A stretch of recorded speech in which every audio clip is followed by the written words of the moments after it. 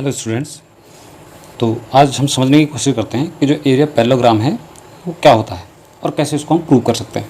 ठीक है, तो मेरे हिसाब से ज़्यादातर लोगों को एरिया पैरेललोग्राम का फार्मूला पता होगा। तो एरिया पैरेललोग्राम का फार्मूला हमारा बेस इंटू हाइट होता है।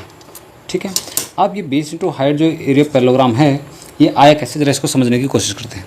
देखिए, अगर मैं आपको बोलूँ कि एक रेक्टेंगल का फार्मूला क्या है, ठीक है, तो लेट कंसिडर कि ये मेरा एक रेक्टेंगल है। मैं एक रेक्टेंगल ड्रॉ कर दे रहा हूँ।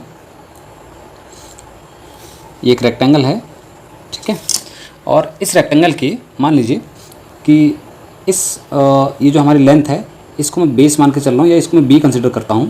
ठीक है, और इसकी जो विड्थ है इसको मैं अगर एच मान के कंसिडर करता हूँ। तो अगर मैं आपसे पूछूँ कि इसका एरिया क्या होगा, तो इस रेक्टेंगल का एरिया क्या होगा, तो इस रेक्टेंगल का एरिया हो जाएगा बेस टाइम हाइट, है ना, बेस मल्टीप्लाई हाइट, यानी कि L इंटू बी जिसको हम बोलते हैं। करेक्ट। चलिए, तो अगर मैं एक पैरेललोग्राम ड्रॉ करूँ, अगर मैं एक पैरेललोग्राम ड्रॉ करूँ,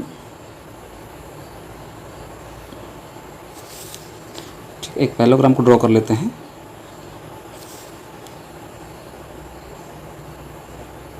तो लेट कंसीडर कि एक पैरेललोग्राम है, ठीक है, और मान लीजिए इस पैरेललोग्राम का मैं कुछ नाम लिख देता हूँ। कंसिडर कीजिए कि यह है एक पैरेललोग्राम जिसका नाम है ABCD। ठीक है, अभी मेरे पास एक पैरेललोग्राम है।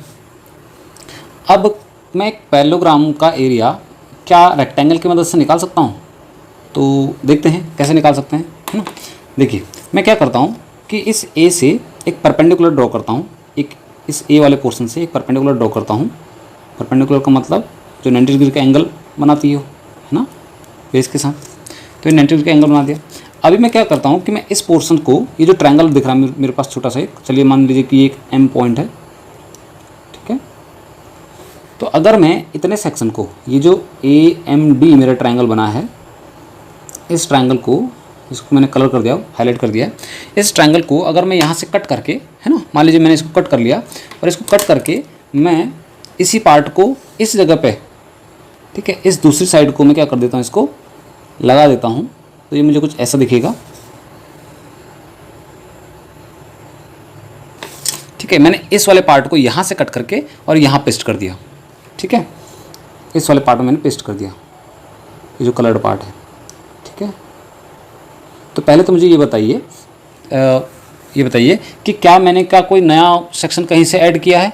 जी नहीं, मैंने तो क्या किया, इसी पोर्शन को एक जगह से काट के दूसरी जगह पे पेस्ट कर दिया। मतलब मैंने कोई कम ज़्यादा तो किया नहीं। इसका मतलब जो एरिया इतने इस ब्लू पोर्शन का रहा होगा वही अब इतना ये जो ब्लैक पोर्शन है, मतलब AMC, और चलिए इसका नाम भी कुछ रख लेते हैं, मान लीजिए N पॉइंट है, तो ये ABN और M जो है, जितना इसका एरिया है उतना ही आपका ADC और B का रहा होगा जो ब्लू पोर्शन है, क्योंकि इसी ब्लू पोर्शन को कट करके तो मैंने ये पोर्शन ऐड किया है यहाँ पे, है ना।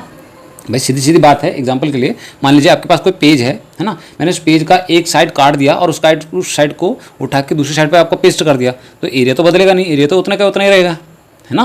तो एग्जैक्टली सेम वही मैंने इस वाले चीज़ के साथ भी किया है ना। मैंने एक साइड से कट करके ट्रायंगल को दूसरी साइड क्या कर दिया, पेस्ट कर दिया। अब देखिए, अब इतना पोर्शन तो डिलीट हो गया मेरे पास, है ना। तो अब इसको अगर आप इग्नोर कर दो, इस वाले सेक्शन को, ये जो रेड सेक्शन है इसको पूरा इग्नोर कर दो, क्योंकि मैंने ये हटा दिया, यहाँ से मैंने उठा के यहाँ लगा दिया। तो आपको दिख रहा होगा, देखिए ये जो पोर्शन जिसको मैं डार्क कर रहा हूँ, अब मेरे पास ये वाला सेक्शन बचता है। ठीक है, अब मेरे पास बचेगा ये वाला सेक्शन, जिसको मैं थोड़ा हाईलाइट कर रहा हूँ, डार्क कर रहा हूँ। ठीक है, तो बेसिकली अब मेरे पास बचा क्या, मेरे पास बचा है ABN और M। ठीक है, ये वाला पार्ट मेरे पास बचा है। अब जरा मुझे बताइए कि ये पार्ट किस चीज़ की तरह दिख रहा है, जो ABN और M है, ये किसकी तरह दिख रहा है? ऑब्वियसली ऊपर वाले बिल्कुल रेक्टेंगल का बिल्कुल कॉपी लग रहा है नीचे वाला। तो भाई अब मैं अगर बोलूँ कि इस पार्ट का ABNM जो है, इसका एरिया क्या होगा, तो इस बात में कोई डाउट नहीं है कि हर एक बच्चा बता देगा कि इसका एरिया क्या होगा, क्योंकि ये भी ऊपर वाले रेक्टेंगल की तरह है। तो ऑब्वियसली अब रेक्टेंगल का एरिया क्या होता है, ये आप सबको पता है। रेक्टेंगल का एरिया होता है क्या, बेस टाइम हाइट। तो अगर मैं इस वाले सेक्शन को, मान लीजिए ये जो पोर्शन है ये यहाँ से लेके यहाँ तक था ना पूरा, चलो इसी को हम मान के चलते हैं। तो ये जो पार्ट था मेरा, अगर मैं इसको बेस मान के चलूँ, ठीक है, और ये जो पार्ट था मेरा, और इसका अगर मैं हाइट मान के चलूँ तो मैं क्या कह सकता हूँ कि जो एरिया ऑफ पैरेललोग्राम ए, अब देखिए यहाँ से तो हटा दिया मैंने इसको, है ना, या आप याद ये बोल दे कि इधर लगा दिया है मैंने इसको, ठीक है। तो area of parallelogram A B C और डी, ये जो था मेरा, ये किसके इक्वल हो जाएगा, ये हो जाएगा इक्वल बेस टाइम हाइट के, ठीक है। तो ये इस तरह से प्रूव हो गया कि हमारा जो एरिया पैरेललोग्राम है वो क्या है, बेस टाइम हाइट है, यानी कि बेस मल्टीप्लाई हाइट है। तो आई होप आप लोगों को ये वीडियो पसंद आई होगी, है ना, किस तरह से हमने ये प्रूव किया है एरिया ऑफ पैरेललोग्राम। अगर आपको वीडियो पसंद आई हो तो लाइक ज़रूर कीजिए और कमेंट में बताइए।